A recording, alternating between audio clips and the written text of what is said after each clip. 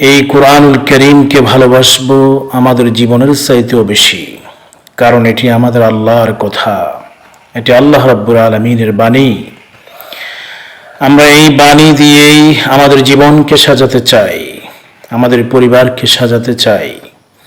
এই কোরআনুল করিমকে যারা পছন্দ করছেন, এই কোরআনকে যারা জীবনের সব ক্ষেত্রে বাস্তবায়ন করার জন্য চূড়ান্ত প্রচেষ্টা করছেন, করে যাচ্ছেন অথবা করবেন, আমরা তাদেরকেই সমর্থন করতে চাই। কারণ আমাদের জীবন, আমাদের সম্পদ, আমাদের মৃত্যু, যা কিছু আছে সব কিছুই মহান আল্লাহ রাব্বুল আলামিনের দেয়া আমাদের জন্য উপহার।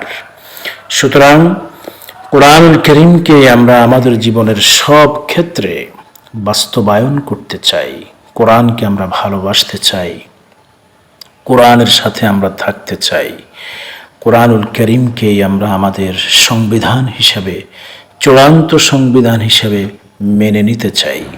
আল্লাহ তাআলা এই কোরআনকে ভালোবাসার তৌফিক দান করুন, আমিন।